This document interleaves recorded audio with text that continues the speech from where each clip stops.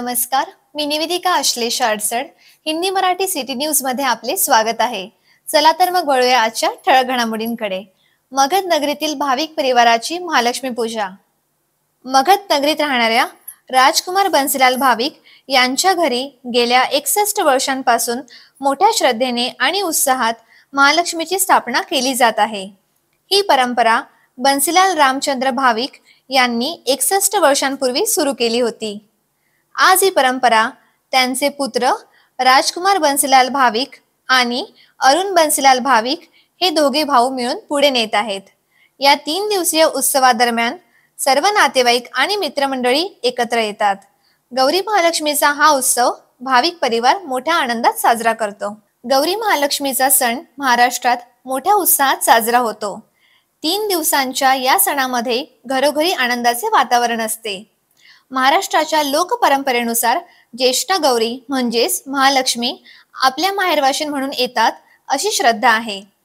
त्यांचे आगमन म्हणजे जणू काही घरात समृद्धी आणि चैतन्य घेऊन येणे. या उत्सवासाठी घरोघरी जय्यत तयारी केली जाते. घराला आकर्षक फुलांनी, रांगोळ्यांनी आणि रोषणाईने सजवले जाते. गौरींच्या आगमनासाठी पारंपरिक वाटेवर लहान पाऊले काढली जातात, जी त्यांच्या आगमनाचे प्रतीक मानली जातात. अनेक घरांमध्ये गौरींचे मुखवटे तयार केले जातात आणि त्यांना नऊवारी साडी, पारंपरिक दागिने आणि आकर्षक फुलांनी सजवले जाते. ही मूर्ती केवळ पूजेचे साधन नसून ती घरातील सदस्यांप्रमाणेच प्रेम आणि आदराने सजवली जाते. गौरींच्या आगमनानंतर दुसऱ्या दिवशी विविध प्रकारच्या भाज्या आणि पारंपरिक पदार्थांचा नैवेद्य तयार केला जातो.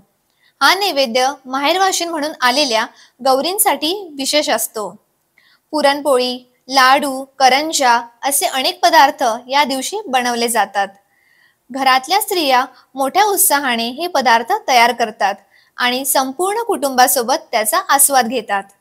तिसऱ्या दिवशी गौरींना निरोप दिला जातो. उतरवणे किंवा विसर्जन असे याला म्हणतात. निरोप देताना पुढील वर्षी पुन्हा लवकर येण्याचे आवाहन केले जाते.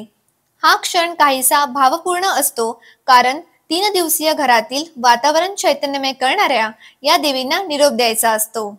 हा सण केवळ धार्मिक विधींचा भाग नसून तो कौटुंबिक एकोपा आणि आनंदाचा उत्सव आहे. गौरी महालक्ष्मीमुळे कुटुंब एकत्र येते, जुन्या आठवणींना उजाळा मिळतो आणि नवीन आठवणी तयार होतात. या सणामुळे संस्कृती, परंपरा आणि नात्यांचे महत्त्व पुन्हा एकदा अधोरेखित होते. आपल्याकडे गौरी महालक्ष्मी मागील 161 वर्षापासून बसते.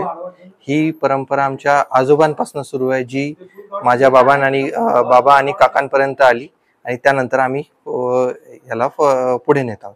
वातावरण एकदम प्रसन्न आणि आनंददायी असतं. त्यानंतर मी दरवर्षी पुण्यावरनं येतो फक्त या वातावरणासाठी आणि या सगळ्या याच्यासाठी. सगळे जे कोणी दिल्लीला असतं, कोणी कुठे आहेत, सगळीकडून जमा होतात आमच्या घरी. हा उत्सव एकदम आनंदाने साजरा होतो, आनंदाने आणि उत्साहाने साजरा होतो.